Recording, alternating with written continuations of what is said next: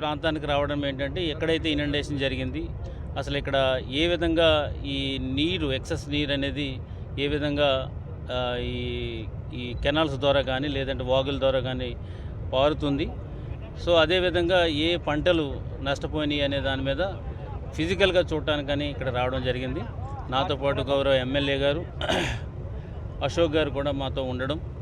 So వారు సూచనల మేరకు ఇంకా ఏమన్నా ఏరియాస్ ఏమన్నా కనుక మనకి ఇబ్బంది పడింది ఉంటే కనుక వారి ద్వారా తెలుసుకోవడం, తర్వాత ఇది అయిన తర్వాత ఒక మీటింగ్ పెట్టుకొని ఈ కాన్స్టిట్యూన్సీలో ఉన్నటువంటి ఇష్యూస్ ఏమున్నాయి, సైక్లోన్ ద్వారా వచ్చినటువంటి ఇష్యూస్ వారి ద్వారా తెలుసుకొని ఏదేమైనప్పటికీ కూడా ప్రభుత్వం అందరికీ ప్రజలందరికీ కూడా అండగా ఉంటుంది. గౌరవ ముఖ్యమంత్రి వర్యులు చాలా క్లియర్ ఇన్స్ట్రక్షన్స్ ఇవ్వడం జరిగింది. ఎక్కడా కూడా ఈ వరదల వల్ల ఎవరు కూడా ఇబ్బంది పడకూడదని చెప్పేసి అన్నారు. అందులో భాగంగానే ఈరోజు ఇక్కడికి రావడం జరిగింది.